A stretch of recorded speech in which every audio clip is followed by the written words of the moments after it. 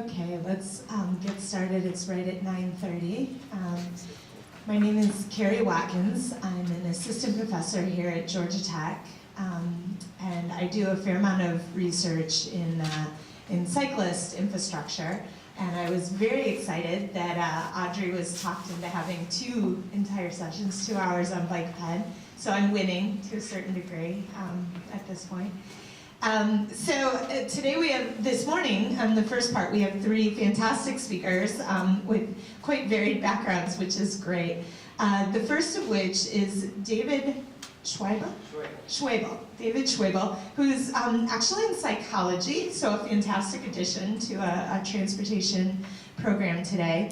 And he does research to prevent childhood injury. So his topic is on teaching school children pedestrian safety, a pragmatic trial using virtual reality. So with that, David.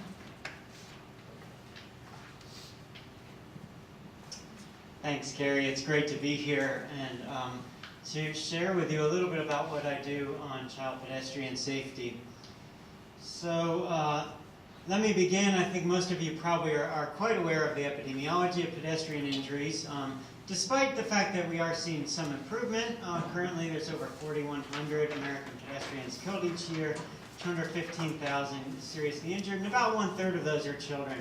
And we know, of course, that the Southeastern United States is unfortunately a hotbed of pedestrian injuries, partly perhaps due to our climate, our culture, and our traffic patterns.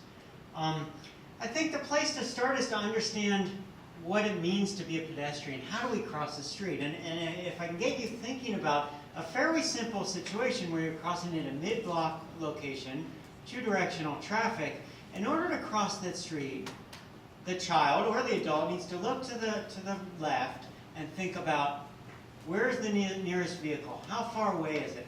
How fast is it traveling? Is it accelerating or decelerating? The pedestrian then has to look in the other direction. How far away is the car? How fast is it traveling? Is it accelerating or decelerating?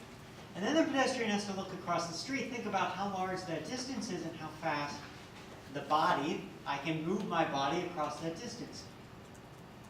That's quite a lot of material for a young brain, a child's brain to process. Remember, this is a child who's developing, whose brain is still learning. That's a tremendous amount of material. We, of course, all do it quite automatically, but a child needs to learn those skills. If we then add complexities, for example, things like parked cars that are obstructing a view, choosing a route selection across an intersection, drivers that are distracted, that are intoxicated, and so forth, it gets actually quite complicated for a pedestrian to cross the street. Children, of course, have more trouble because their brain is still developing. So the question is, how do we go about preventing these injuries from occurring? Well, we know that traffic environment, traffic engineering is one aspect of that, and I know that many of you are engineers and you do wonderful work in that domain, but I'm a psychologist, so I focus on behavior. Part of behavior is the driver's behavior. What do drivers do? Do we have drivers that are actually paying attention, or are they on their telephone, are they eating a sandwich, or are they intoxicated, and so forth? Part of what we need to do to keep children safe, of course, is to change adults. How do we make parents supervise their children better? How do we make parents teach their children to cross streets, something that actually happens much less frequently than you might expect?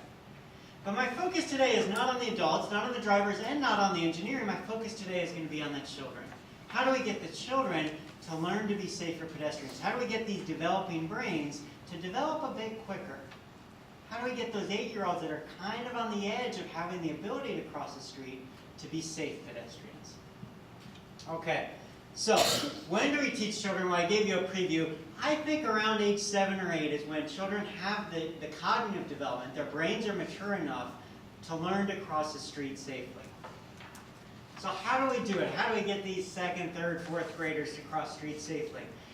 Lots of people have tried lots of things, okay? The evidence is not real strong for films or videos. It seems to teach knowledge. The children learn what they're supposed to learn, but it doesn't tend to change their behavior very well. There's actually some evidence that some games, some peer activities might work, but that literature is quite youthful still. There's pretty strong evidence that street-side training works. So you get an adult, or even a teenager, or a retired individual, as they're doing quite a bit over in the UK, to teach a child. Stands shoulder to shoulder, stand at a street corner, teach the child over probably the course of several sessions, a couple of hours, and the child does learn. That is an effective strategy. But how many school districts in the United States have the resources to have an experienced pedestrian work one-on-one with a third grader? Not going to find that too often in our country. Our solution, and what we've been working on in my laboratory, is to replace that adult with a computer, and to use virtual reality to immerse the child into a virtual environment so that the child gets repeated practice. It's sort of like hitting a baseball. Repeated practice over and over again to learn how these moving objects, whether it be a baseball or a vehicle, how their speeds occur, how I can learn to judge distances and speeds. And of course, virtual reality allows us to do that safely. We're not putting the child in traffic, we're letting the child judge those speeds, judge those traffics, repeated practice. So let me show you first our prototype, which was developed with monies from CDC and from NIH. I'm going to give you a short video clip here that shows you how the prototype works, and then I'll tell you about our UTC funded through STRIDE at Florida, how the UTC project is extending that prototype. So give me a moment here to, mouse, to flip sessions here. I'm David Schwebel from the Department of Psychology at the University of Alabama at Birmingham. What I'm going to show you today is a virtual reality environment designed to teach and understand children's pedestrian safety. The environment was funded with monies from CDC and FHWA, granted to the UAB Injury Control Research Center. The environment displays traffic at the site of a local school in our community. Children watch the traffic passing from both directions in an immersive manner. That is, they see the traffic actually crossing in front of them. They decide when it's safe to cross, and then they step down off a curb, which triggers the computer to show the child crossing the street. It then switches from first person to third person so children can see themselves cross and learn whether or not they were safe in the crossing. Yes, you got it. So the virtual environment is kept in a darkened room. Children are immersed into a virtual road within the dark room, but they do have some external stimuli so that the risk of motion sickness is reduced. There are black curtains around the tables and so forth to reduce any distraction. There's a camera placed above the monitors that's used to record the children's attention to traffic, for example, whether they're looking left or right. Ready? Begin. Before the experiment, children are asked to walk down the hall several times. The distance they walk matches the distance across the crosswalk. This information is used to enter onto the virtual environment so that the character on the virtual environment walks at the same speed, the same distance as the children walk in the hallway. Step down when you think it is safe. When children begin in the virtual environment, children watch traffic flowing at a speed and a volume that matches real-world measurements of the traffic at that road.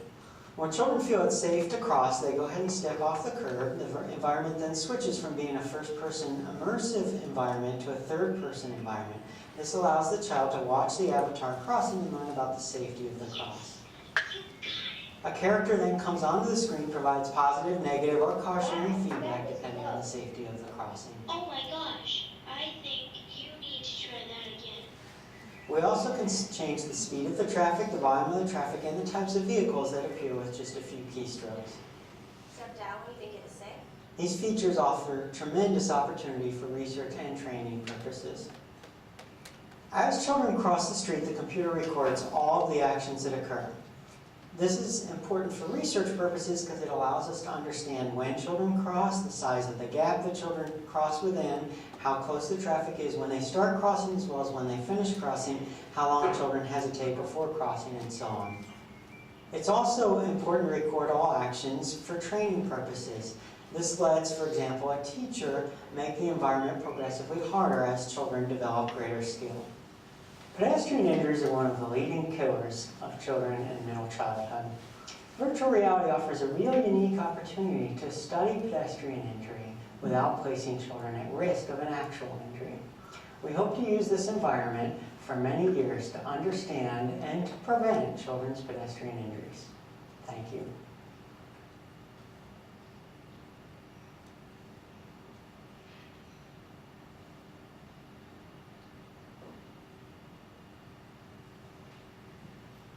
Okay, so that gives you a nice background about how our virtual environment prototype worked.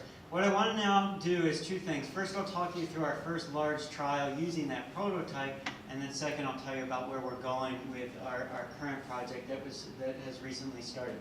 So let me begin with our randomized trial. So this was funded by NIH, and our goal was to test whether children can learn to cross streets immersed into a virtual environment. So we conducted a randomized trial, 240 children ages 7 and 8, and they were randomly assigned to 4 different conditions. One condition, of course, had no training at all. That was the control group. A second condition was trained inside the virtual environment that you just saw. A third group was trained street side, so they stood shoulder to shoulder with an adult. As I explained, that's what we know to be the most effective training style currently. And the fourth group was trained using some computer software, some websites, and videos. We measured their pedestrian safety at 3 occasions: pre-intervention, post-intervention, and then 6 months later to see whether they retained what they learned. We measured pedestrian safety with 2 strategies. First of all, we had them cross in the virtual environment, varying speeds, varying difficulties. And second of all, we did a field assessment. So we actually took them to street corners and had them in a naturalistic traffic, naturalistic setting. Obviously, we cordoned it off with caution tape so they didn't enter the road, and we had them indicate when they felt it was safe. So we're measuring pedestrian behavior both virtually and in the real world prior to the intervention, immediately after they got trained, and then 6 months later. We looked at 3 outcomes. I'm going to focus today on their hits and close calls. Obviously, these are not real hits and close calls. They're all virtual. They're all simulated. When was the actual child would have been hit had they been on the real road? We also looked at a number of other things, attention to traffic and start delay being some of the primary ones. But just to give you a flavor of the results, what you see on the left are the results from the virtual environment. You see the red and the purple. Red is the street side training, purple is the virtual reality. And you see the lines are almost running exactly parallel. The children in the virtual reality conditions started a touch higher just by random. They're randomly assigned. But you see very similar decreases, which suggests that children were learning to be safer and that the virtual environment training worked as well as the training at the street side. Okay? On the right, you have results from the field assessment. So this is with real traffic. And you see again that the red and purple are roughly parallel. And you see a little bit of a surprise. There's actually a bump and a slight increase in safety immediately post-training. Perhaps they were overly cautious. Okay? Because they had just been trained, they became overly cautious. But then you see that nice steep decline, a very nice decline in the purple group trained in the virtual environment. So we have a general trend, and it's a little messy. There's lots of results, lots of ways, but the general trend was consistent, which is that children learned to be safer pedestrians in the virtual reality prototype, and they learned about equal to the quality of training individually with an experienced adult. Okay. There's a problem, though. This virtual environment is large, it's bulky, and it's sitting in my laboratory. How are we going to get that out, as we just heard this morning from the Georgia DOT? How are we going to get that out to lots and lots of children? Not going to work, right? So the solution is to develop a virtual environment that's lighter, more portable, more durable, and easy to use. And that's what we're currently doing through the UTC. Okay? So let me tell you briefly about what we're doing. We've developed a portable virtual reality. This is the drawings, the architecture drawings of what it will look like. It will be mobile on wheels. It's constructed of museum materials, so it's very durable. It's the kind of things you find in children's museums or in science museums. So it's very durable, it's portable, and it can be rolled around, so it can sit in a 3rd grade classroom or in a school gymnasium or in a school nurse's office for a couple of weeks, and then you pack it up. It fits in the back of a minivan, so it's not tiny, but it can be moved fairly easily in a minivan to the next school. And so you might picture, for example, a large school district gets it and moves it from school to school to school as part of their health curriculum. Or a YMCA gets it and moves it from center to center to center around the city. Okay, another drawing of it. We are currently, it's actually been constructed, it's currently with the small business that constructed it is actually based in Iowa, and they're going to be shipping it to us next week. So we're really in the midst of this. It's very exciting. It's built. We'll be doing a couple pilot tests on it next week, and then it'll be placed in these 2 schools. On the right, you have Hemp Hill Elementary School, which is in West Birmingham. a couple miles from our campus. It serves a very, very low-income population, children that are almost all walking to school. On your left, you have Bluff Park Elementary, which is in Hoover. It's a suburb south of Birmingham, middle-class suburb. Again, it's a neighborhood school, so it's a school where children are typically walking to school. Both of these schools are going to place our virtual environment in their school for 3 weeks. We will not be there. We're going to drop it off, teach them how to use it. The children who participate in our study will come to our laboratory prior to training. Then they'll get trained for 3 weeks at school. They'll use the virtual environment. Our goal is to let them use it twice a week for 3 weeks. So they'll have 6 sessions of training. There's a portable iPad. So the way it works is the child will go to their classroom. The teacher will type in the child's name. The child will then carry the iPad down to the virtual environment, which will be elsewhere in the school. They'll plug it in, and the virtual environment will go. And they'll do exactly what you saw. So the same scenario, the same setting, which is based on a local street. The traffic will be tailored to their ability, so the computer will know how good is this child, how good of a pedestrian are they. If they're good, they'll get quicker traffic and denser traffic. If they're still at the beginning of learning, they'll get some more sparse traffic. And as the child gets better, their challenge, the environment will get harder. I think I've told you this. We will have all of the same outcomes. We'll know whether they got hit. We'll know whether they had a delay entering the traffic, which of course is a major risk. We'll know how attentive they were. And so here's our timeline. I don't know that you need all these details, but we'll have data by the end of the summer, perhaps next year at this meeting. I can tell you whether it worked. I certainly expect that this trial, a pragmatic trial, where we're really placing the thing in the school and letting the children have at it, letting the school have at it, I expect the children will learn similar to what we saw in our prototype, which is that the children become safer pedestrians within the course of a couple weeks. And so, thanks to my collaborators, Dr. Stavrinos is here, worked on the early stages of the research and is now on her own, largely in teen driving safety. Our funders, and especially the current project funded through Stride and the University of Florida. So thanks. I will take questions. A few minutes. You need a microphone.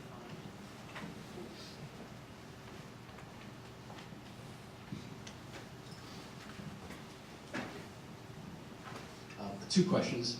One, you talked about a virtual reality group and an actual field-tested group. When the group was in the field, had they gone through the virtual reality, or were these 2 separate groups to see how good how effective the virtual reality was? Yes, I think I understand your question. So in the first large randomized trial, there were actually 4 groups of children. Mm-hmm. One group was trained in the virtual reality. One was trained street side with an adult. One was trained with videos, and the 4th had no training at all. All 4 groups, so all 4 of those sets of children, 240 children total, were tested in the virtual environment and in the field prior to training, after the training, and 6 months later. Is that answering your question? Yes, thanks. Yeah. So. And my other question has to do with the optics. It appears as when the child steps on that treadle, whatever it's called, there's a bend to the screens, and that's not the way a street looks like when you stand at a street. So I'm just curious why it's done that way. Yeah, so the optics are complicated, and I'm not an engineer or a computer engineer, but it is immersive. So when you stand there, it feels like you're immersed into it. We do raise and lower it, so both in the prototype and in the currently developed ones, it raises and lowers so that it's at eye level. And you're immersed to the point where you have about 200 degrees of view. Okay, so it's what you might call in the for those of you who know virtual environments, it's called semi-immersive. So you feel as if you're there, although there are some external stimuli above and below. Partly that helps with motion sickness. As some of you may know, virtual reality environments, when you're fully immersed, you have a high risk of motion sickness. And I think that's a problem from a few perspectives. One, from a research perspective, it's not random who gets motion sick. And therefore, from a research perspective, you get bias when you're losing a certain number of children because of motion sickness. It's a non-random sample of children you lose. It also, of course, is a problem from training. You want to train everyone, whether they get motion sick or not. You want safe children and pedestrians. So you don't want to lose anyone from training. So we actually chose semi-immersion on purpose. It feels real. And we did a validation study, both with adults and children. They said, yeah, I feel like I'm there. they know it's a virtual environment. They know it's not entirely real, but I would argue our data is convincing. Our data shows that children can learn. So it may not be fully immersive, it may not be fully real, but the fact that children learn suggests to me it doesn't matter. It's good enough. It's enough immersion that it's effective. I imagine we're out of time. Yeah, but actually, if there's one more question while I'm switching to the other presentation. What about peer pressure? There's a group of kids. Peer pressure, good question. There is fairly strong evidence that groups of kids are at higher risk than just children alone. Some of the old research by Kathy Christoffel up in Chicago showed that. My impression is that we can train kids even to be safe in groups. And I think the key there, and it becomes very psychological, is peer pressure and inhibition. Can we teach children to be inhibited? I'm going to wait. I see that car coming and I'm going to wait, and I'm going to tell my friends to wait. And we're actually doing some other research. Let me make this link. We're doing some research on safety with dogs and teaching younger children, in this case 3 to 5-year-olds, to be safe with their pet dog. And the key there is, I'm going to wait until my dog is finished eating before I go play with it. My dog is taking a nap. This is a bad time to jump on it and want to pet it. And I think you're dealing with the same thing with peers and pedestrians. That car is coming. I need to wait till that car passes before I enter the road. And that's really teaching inhibition. It's teaching inhibitory skills. Hard to teach, especially in today's world where kids are used to, I get it now, right?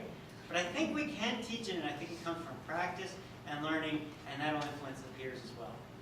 I actually think the virtual environment teaches that because you get that negative feedback. Be careful next time, and I think that teaches you inhibition. I'll be around for much of the day. I'll be at the reception tonight, happy to answer other questions. I know there's another question, but I'll catch you at some point later. Thank you. Can we thank David?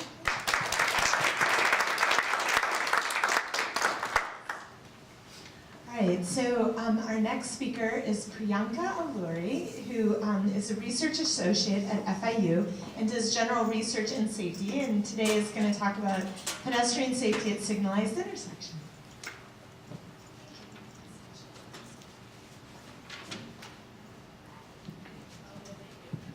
Good morning, everyone. I'm Priyanka Alluri. I'm a research associate at FIU. And actually, today I'm going to present about the pedestrian safety at signalized intersections in Florida. And we have recently completed this project for the FDOT.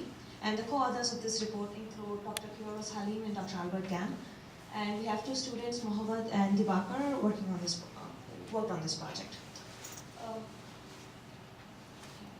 The motivation for this project is that we at Florida are not proud about our statistics with regard to the pedestrians. Because it is the most dangerous state in the country for pedestrians, because 1 in every 5 traffic fatalities is a pedestrian. And actually this graph, turn it off completely.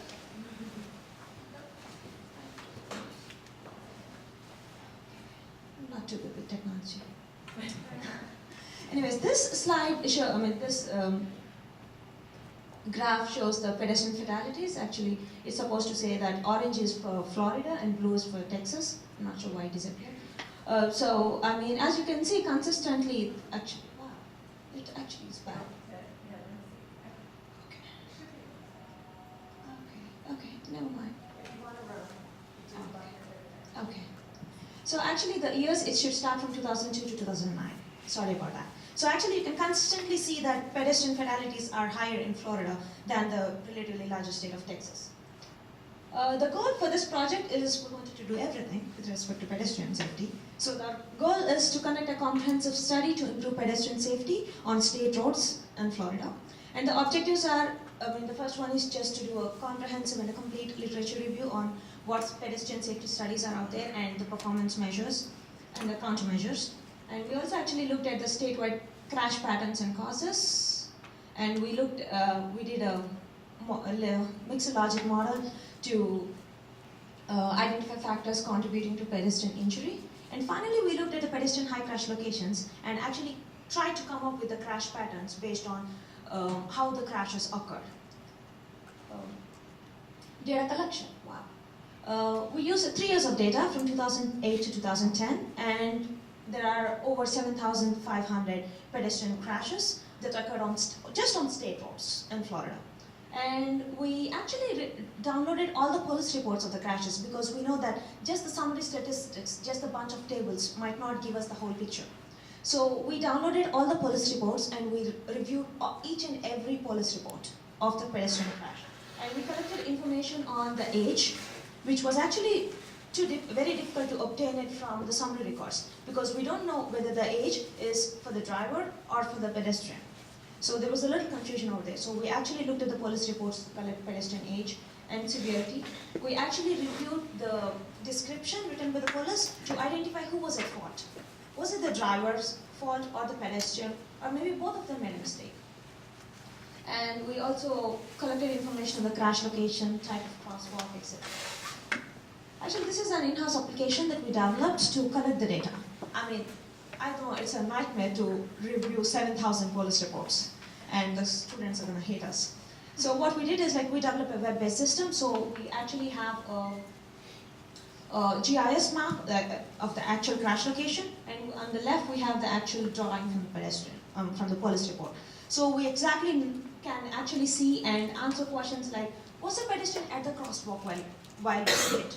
And what type of crosswalk was it? Actually, you also have the description of the police, from the police. So we know who was at fault. Did the pedestrian yield or did the driver yield to the pedestrian? And do you have pedestrian signals over there? And all these other information that was actually not available in the summary records. And we also collected a lot of information about signalized intersections in Florida. We realized that our signalized intersection database is not complete, and we wanted, we need all this information. So we identified there are over 8,000 signalized intersections where you have state roads intersecting state roads in Florida. And we collected information on the number of legs with pedestrian signals, raised medians. And actually the very important data that we collected is the number of legs with the crosswalks. Because we wanted to focus on the crosswalks and the safety of pedestrians at different types of crosswalks. And these are actually the most commonly used crosswalks. You have solid, standard, and we believe that the solid, the continental, and the ladder and zebra are we call them as special emphasis crosswalks because the DOTs are spending a lot of money in order to make the crosswalks more visible. So that, in theory, it makes sense that when you have a crosswalk that's more visible, then drivers tend to acknowledge that it's a pedestrian crossing area and drivers might actually slow down. So we wanted to see if these special emphasis crosswalks, particularly continental and ladder, would they have additional safety benefit at signalized intersections? Because in theory they should, but we wanted to see if the crash data has any evidence. This is another application that we developed in-house to collect information on those 8,000 signalized intersections. And actually, so we have the lat and longitude of all those 8,000 intersections, and we have asked students to go in and for each intersection collect the information on the type of crosswalk, number of legs, and all this information. It's labor intensive, but we need the data to actually answer the questions. Okay, a quick one about the crosswalks. As you can see here, actually a lot of columns in this, but the number of legs is important because as we can see, the standard type, which has just 2 lines, is the most frequent type of crosswalk. And that is followed by the continental and ladder. And the solid with the special surface is the one where you often see it in downtown areas where you have a standard and it is filled with a brick or a different color so that it's more predominant. And as you can see, actually there are solid with special surface crosswalk has a lot of pedestrian crashes, but the severity is less. It's intuitive because these standard with special solid with special surface is mostly in downtown areas where you have a lot of pedestrians. So vehicles know, the drivers know that pedestrians are going to be there, and also they are mostly at low speeds. So you have a few number of fatal crashes per year when you look at the solid. The interesting thing is that when you look at the continental ladder, in fact they have a slightly higher number of fatal crashes at signalized intersections. Just want to remind you that all the statistics are for signalized intersections, because we have a difference. I mean, if we look at non-signalized locations or mid-block locations, the statistics are going to be different. And actually, we did a z-test to see if there is any difference between the performance of the standard and the special emphasis crosswalks. And we found there's no difference at signalized intersections. This is, I mean, if you think actually, it makes sense, because at a signalized intersection, it is already, pedestrian movements are actually controlled. The pedestrians cross the street when the drivers have a red. So you don't need a special emphasis crosswalk when the drivers are already tending to slow down. So, I mean, it is reflected in our crash data because there's no significant difference in the performance of the standard, the regular one, and the special emphasis. And actually, we also thought that maybe special emphasis might perform better during night when you don't have too much of lighting. But what we found is most of the signalized intersections are lighted. So again, there's no difference in the performance of the standard and the special emphasis crosswalks during nighttime crashes. And again, since this is for signalized intersections, but when you look at mid-block locations, special emphasis crosswalks does enhance pedestrian safety. Okay, this is quickly, I just want to mention about the at-fault road user, because this is a very interesting variable that we looked at. And we looked at the literature, and this is not studied in depth. This is a very new variable, because we have to look at the police reports and the descriptions to determine actually who was at fault. And we also found that police tend to identify pedestrian at fault more frequently than the driver. But actually that you could actually see it in the statistics, because about 1,300 of 25, almost 50% of the cases, pedestrian was found to be at fault. And the driver in about half of that cases. And we actually looked at the contributing cases or contributing causes when the driver was at fault. And what we found is the careless driving, failure to yield right of way when pedestrians have right of way, and also disregarding traffic signal or control are the three most common contributing causes. And when pedestrian is at fault, is almost the same contributing causes, except that we found a disproportionately high number of pedestrians under influence of alcohol or drugs. I guess pedestrians don't get ticket when they're walking drunk. So. But actually, this is a very significantly high number of. But we cannot give a percentage, because when in the police report, when the police doesn't mention that the pedestrian is not intoxicated, doesn't mean that the pedestrian is not intoxicated. It's just the police didn't notice or didn't feel like mentioning. So, the statistics are pretty much not complete, but still what we found is like a significant number of pedestrian crashes involve pedestrians under influence of drugs. What we did is we were trying to identify the high crash locations just based on the crash data, and actually want to see how the crashes happened. So what we did is we do the collision condition diagrams basically on to see where the crashes happened and how they happened. So these are some of the collision condition diagrams, and the yellow color is the injury. So actually you have plenty of injury crashes. What we found is we looked at again all the police diagrams and wanted to see what are the crash patterns, because these are not obviously seen in the summary records.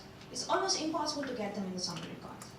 So what we found is these are the patterns that are repeatedly popped up when we are reviewing the illustrations. And the first three are actually related to, the first one is the vicinity of bus stops. We found that, bus stops are obviously the generators of pedestrian traffic. And it's there's no enough guidance to either pedestrians or the drivers to see how to behave at a bus stop. So we have a lot of crashes actually clustered at the bus stops. And I'll actually go through them. Okay, this is one of the examples where the crashes that occurred in the vicinity of bus stops.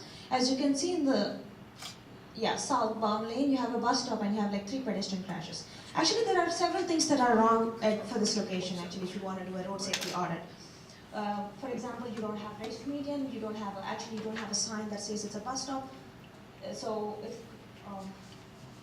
this is one example of the pedestrian crash that I've seen it. So it's like the pedestrian steps out of the bus stop and walks in front of the bus. And because since the vehicle in the center lane cannot see that, you have a pedestrian crash. And this is just one of the many examples of this scenario. So what could be done?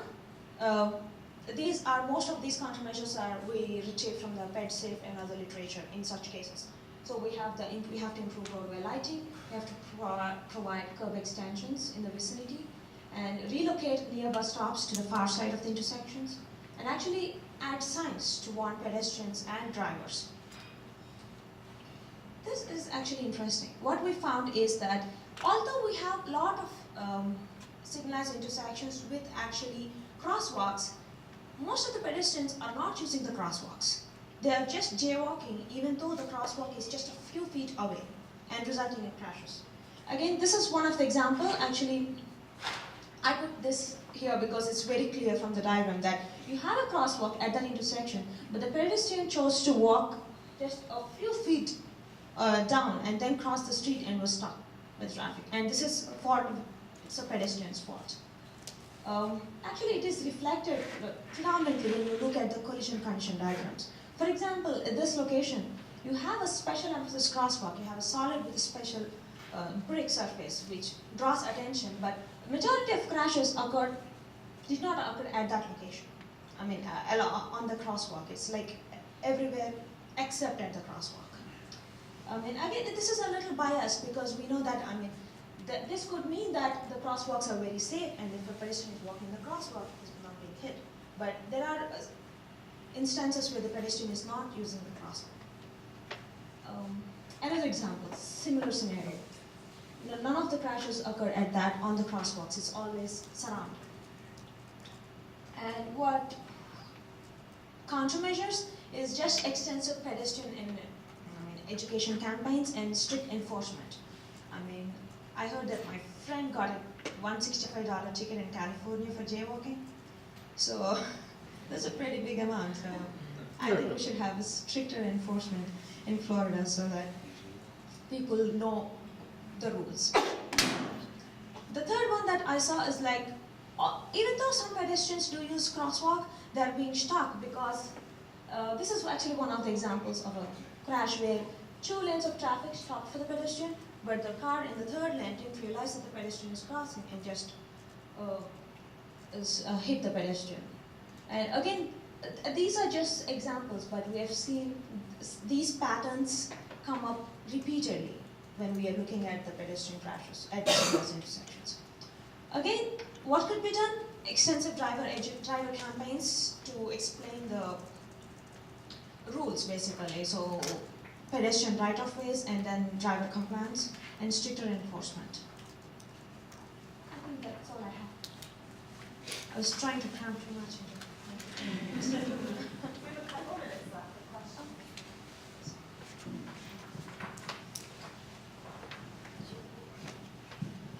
I got 2 questions. First, you made a statement that Florida is the most dangerous in pedestrians, but yet you only used another state. Why didn't you use national statistics?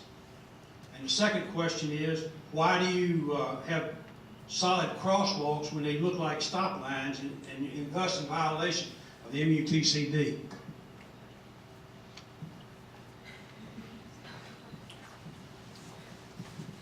I used Texas state so that it's easy to compare because we consider Florida as a big state and Texas is the biggest state. So we were just trying to compare.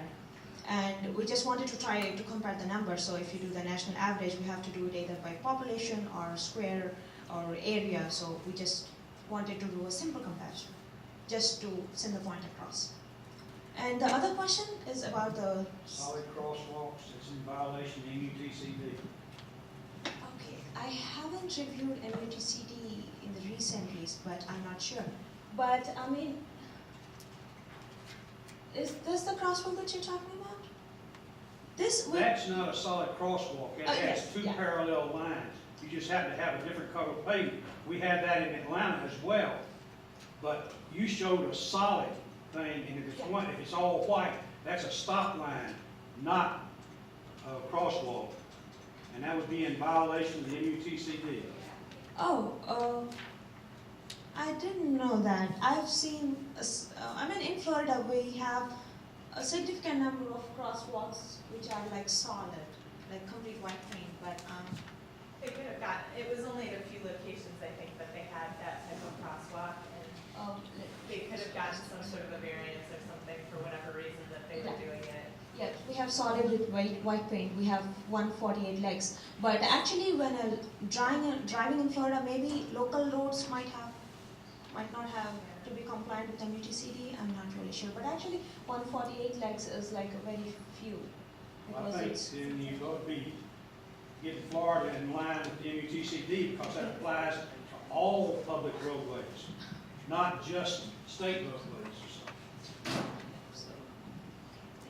There's one in the back.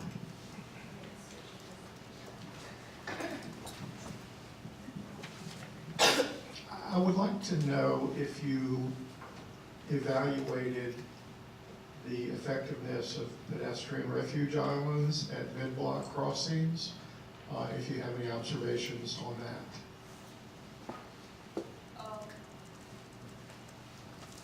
Actually, we did look at them, but I don't have specific statistics on what percentage.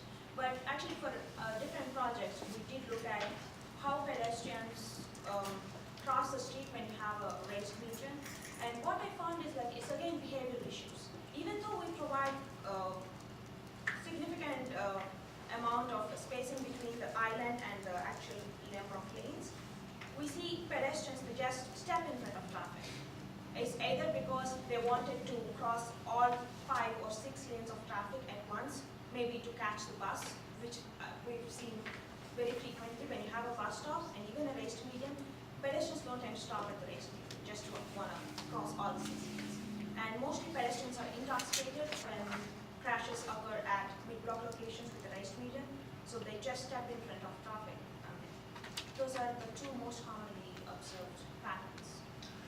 Would you say, as a general rule, that pedestrian refuge by a median, a raised median, is safer than a street with no raised median? Yes, sir, that's right. Actually, we did compare for a different project the performance of the two-way left turn lanes, locations with two-way left turn lanes and raised medians, and with respect to pedestrians, we found a 30% reduction when we switched from a two-way left turn lane to a raised median. But the issues that we have with pedestrian crashes at locations with raised median are mostly behavioral. They are very few are related to the engineering aspects. Thank you so much. I think we're gonna, I'm sorry. I think we're gonna stop there, and I'm sure you're gonna be around at the break to take more questions if people, can we give?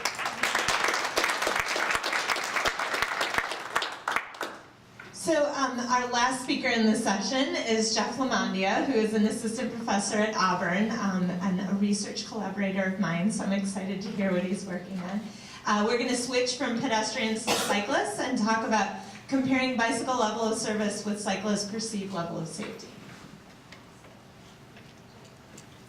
Great, thank you. Okay, great. Well, I always it's kind of nice that I'm ending this session, and it was pedestrians before, so I can make some pun about we're switching gears to go to bikes now. But yes, as Carrie mentioned, I'm Jeff LaMondia from Auburn University, and this project is actually part of a larger project that I'm working with Carrie on, and it's funded through the STRIDE UTC. We have labeled our portion of this the Cycle Dixie project, and it's one where we built an open source smartphone app that folks across the state are downloading and tracking all of their trips. And we're going to be using all of this route information to do some route choice modeling. But a big piece of that is looking at the level of service of different routes and segments of those roads and how it's going to influence where people are going to go. So before we could do any of that route choice, we needed to look further into this level of service issue. And when we started rolling this out, the city of Auburn got very excited and wanted us to do more with the level of service as well to help out with the suitability mapping that they wanted to do, which brought us into this little side project of looking at level of safety and actually asking people what they thought of different segments in connection to level of service measures. So we know from cycling that it's really tied into livability, it supports alternative modes, it's been shown in some cities like Austin, Texas to bump up economic development in certain areas. And so we're seeing this big push, and Auburn, if any of you have been there, is trying very hard to promote cycling. And I think across the state we're seeing more and more emphasis, and I think it's across the country too, to support this type of facilities. But the problem comes into play of we have limited funds, where do we spend them, and what do we start to improve first to really get the most bang for our buck with our cycling? And there's many different ways that we can go about picking what those options are going to be. And it's mainly based on level of service, which is something we're familiar with vehicles. It extends to bicycling as well, and we can look at different factors that go into the different segments of our roadway. But we saw in the literature there's about 22 different measures of level of service, which is quite a lot. People have looked at different things, but one thing no one has looked at is how these level of service measures break up between different types of users. And we know also from the literature, our friends up in Portland came up with these 4 different categories of cyclists. These are common ones, everything from the strong and fearless that you go out there no matter what, all the way down to interested but concerned that you'd like to, but there are some things that are stopping you from getting on your bike. So we were really interested in how the level of service measures pertained to these different types of cyclists. And this was kind of our research question of, do these level of service measures effectively characterize the needs of each of these different groups?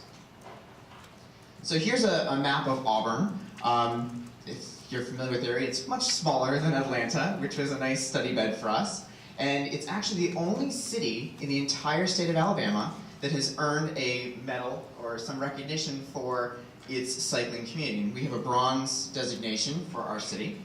And so just to give you a sense of the scale and why it's important to look at Auburn is that it's a very family-oriented city. So we're trying to get, and the city's trying to get lots of young folks riding their bicycles to school and to different activities. So another thing that why I want to show you this map, we'll come back to this where I'll show you the different levels of service. The interstate, 85, comes through in this thick gray line here. And then a lot of the concentration of activity in the city happens around the university, and I've highlighted that in blue that's in here. The dark blue lines on here represent places where the city has designated that they think cyclists should be able to bike on these roads. And you notice that's pretty much every arterial and collector within the city limits. So they really needed help figuring out where they should prioritize things. But the things to pay attention to, and especially when we start looking at maps of level of service, are a couple areas. The first is the central, kind of just dead center. That's where our CBD, the town activity centers are, in that dead center area.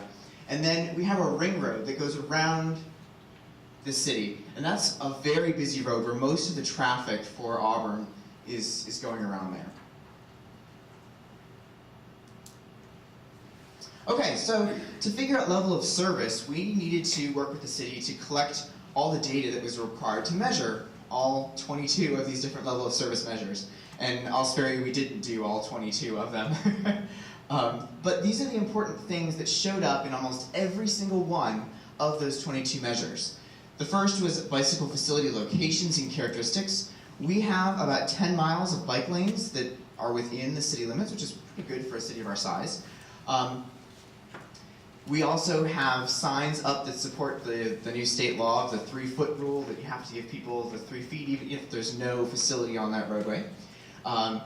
We have roadway geometry. Lots of time was spent with my grad students going in and working out what the geometries were for every single segment, understanding the different lengths of, or widths of lanes, whether there were shoulders, or whether there was parking. All those different characteristics were very important for level of service. Traffic volumes are also very important, and varied quite a bit, and we worked with the city. They went out a little bit extra and collected some additional travel counts for us to supplement this, which was great. And we have heavy vehicles. That's another important characteristic in the level of service for cyclists.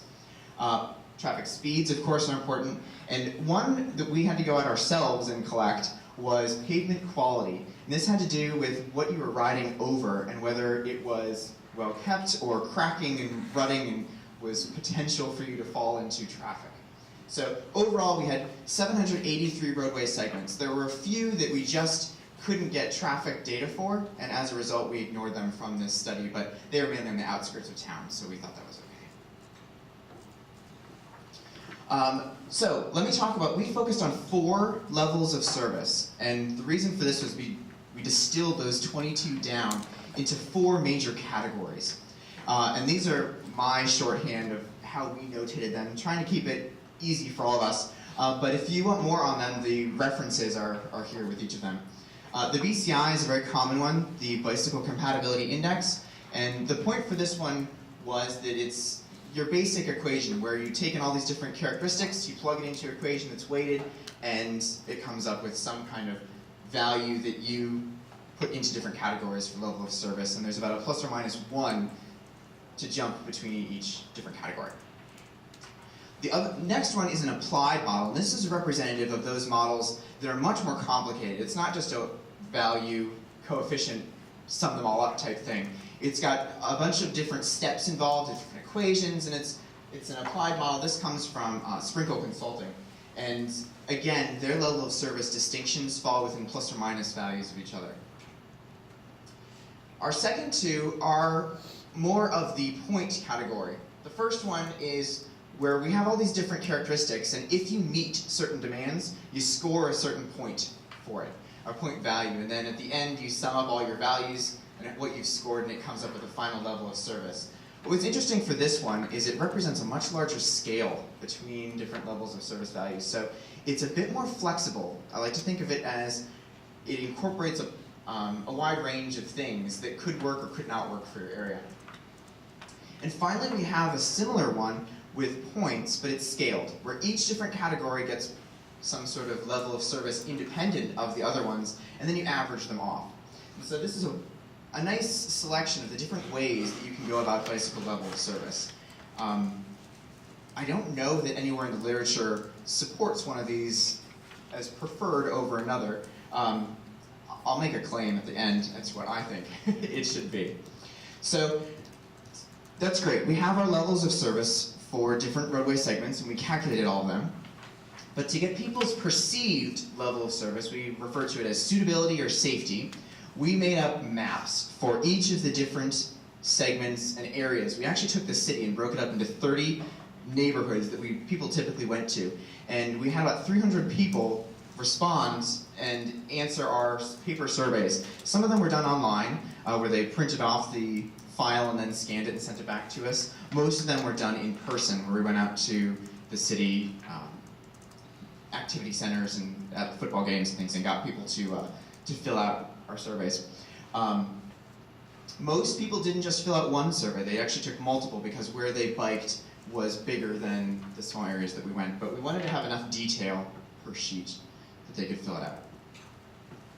So the next couple slides are going to show off the different types of level of service. I realize I'm running low on time, so I won't belabor all of these differences, but the important thing to focus on for each of these is the scale, which I've color-coded over here. Each segment was given a level of service based on that calculation, and focus on the center of the city and also that ring road that I pointed out before.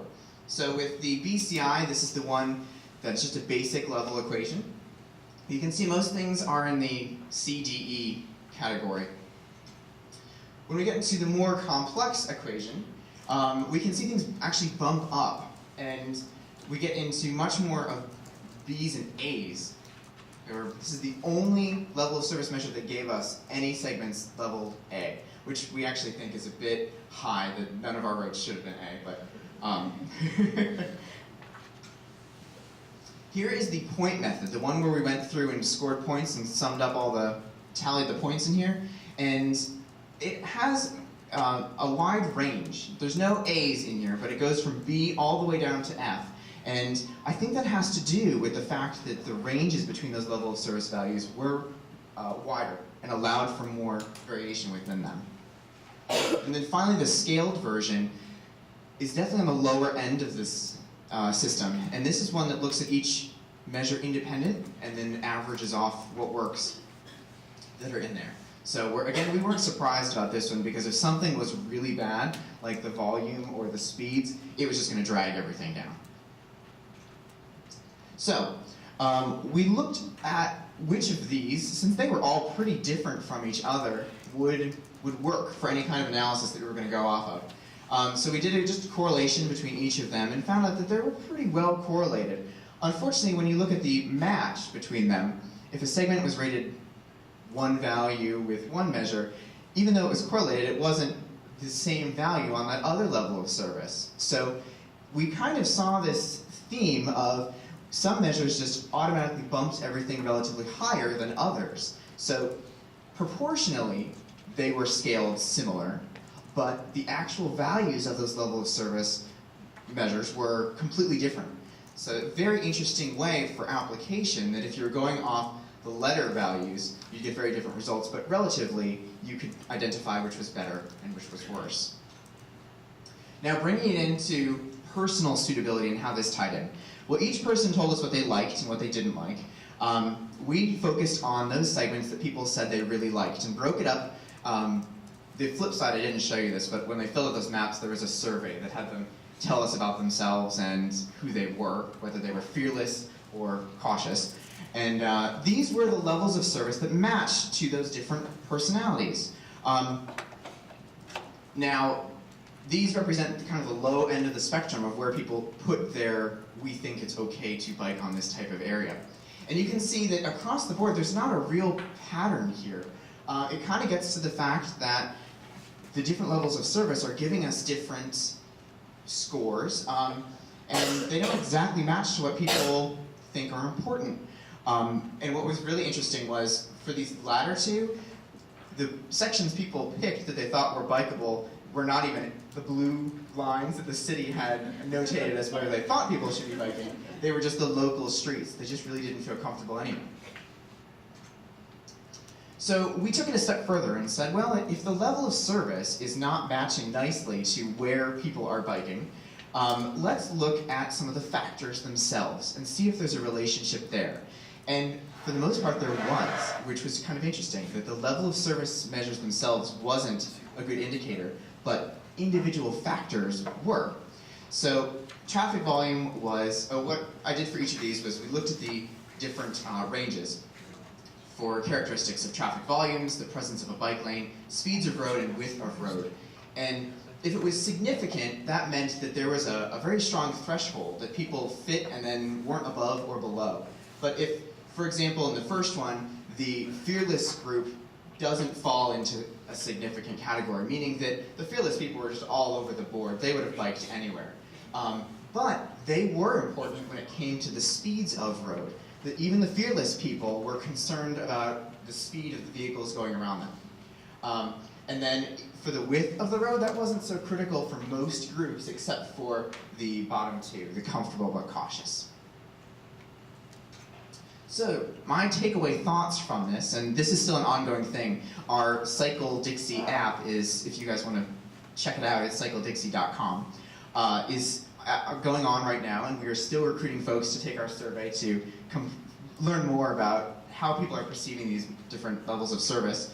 But two kind of general takeaways that we have is, the first is, well, we have 22 different levels of service. We've only focused on 4 representative types, but they maybe aren't very interchangeable, that you've got to be very careful when you apply them to interpret the results. And at least in Alabama, when we are trying to fund projects, coming up with that level of service B, C, or D is critical to whether it's a project that should be funded or not.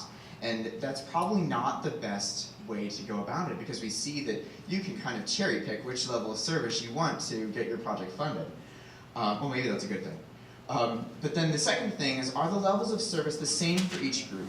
And they're not very consistent with level of service, and maybe we should focus on some other measures, or maybe speaking from a research perspective, come up with our own level of service that really is matching a different group and coming up with a different level of service for different groups and have a kind of matrix of level of service. And it's up to us to figure out, of these different groups, who are we designing for? Are we trying to get those people that are cautious to start biking, or are we only designed for those people that are already on the roadway? That's an important question that every city needs to come up with. I kind of think across the board the Fearless folks are going to do their thing, and we can rely on them to help encourage others. Okay, I timed it pretty well. A couple minutes for questions.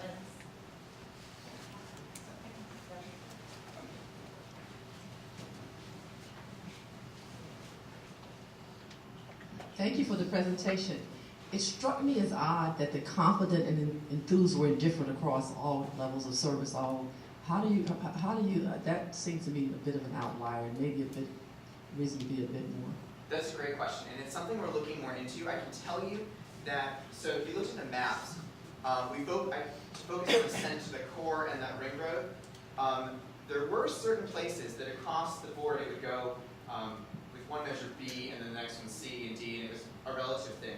There were a couple segments in different neighborhoods that were all over the place, that one was a C and the next would be an A, and then back and forth. It just was not a nice relative scale. And those were the neighborhoods that a lot of those folks, I think they were more family-oriented groups, were around. And so that's why it was giving us that range of values that were just not consistent, because the segments that they were biking on were giving us kind of odd results when it came to the level of service. Yeah, that was a great thought.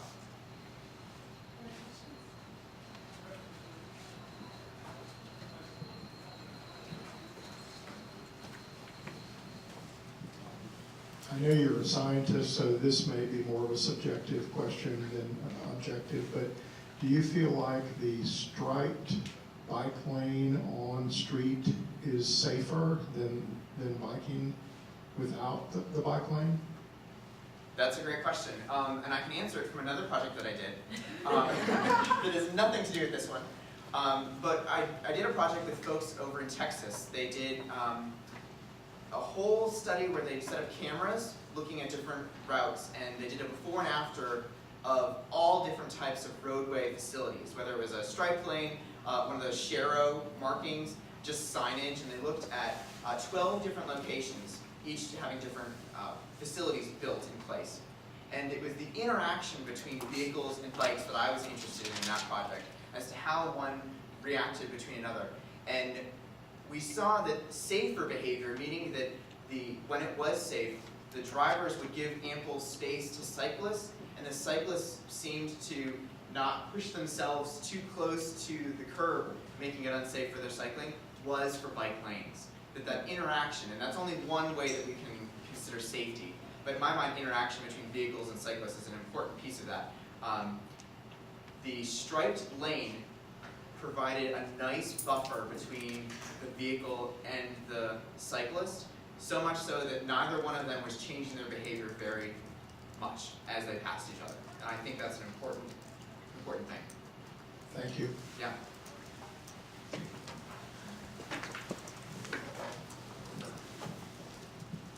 You said that you were going to make a recommendation for which level of service measure you thought would be the most appropriate. Do you feel like if you're going to program projects with the city, what's your recommended method for how they're going to evaluate those projects? Great question. I'm going to jump back so I can show you. So it's this guy, the point category. I think this one works really well for a couple of reasons. Just from a subjective standpoint, it very much matches what we think is the level of service of different roadways. There are a couple very busy roads in here that are red as we would expect them to be. But even that ring road, there's certain sections that we know are bad because there's a lot of crashes with cyclists, which that'd be a whole other project to look at. But we like the efforts that have been done have really been to put bike lanes and Sharrows and signage on those busy streets. So we like to think that it's working in those areas. But I also like the fact that there's a wider range for these different levels of service, which allows it that flexibility that one category is not dominating everything. And very much for the other categories, things like speed and heavy vehicle traffic, which in Auburn is not such a huge factor, we're dominating the levels of service, and maybe disproportionately. So we like the larger categories here. Great, can we thank Jeff? With that, I'd like to, we're going to take about a 10-minute, I think we're a little over, so 10 to 12-minute break, and we're going to resume this session in here, more bike and pedestrian research. And then later on tonight, there's quite a few posters as well in the 5 to 7 session about bike and pedestrian research as well. So thank you all very much.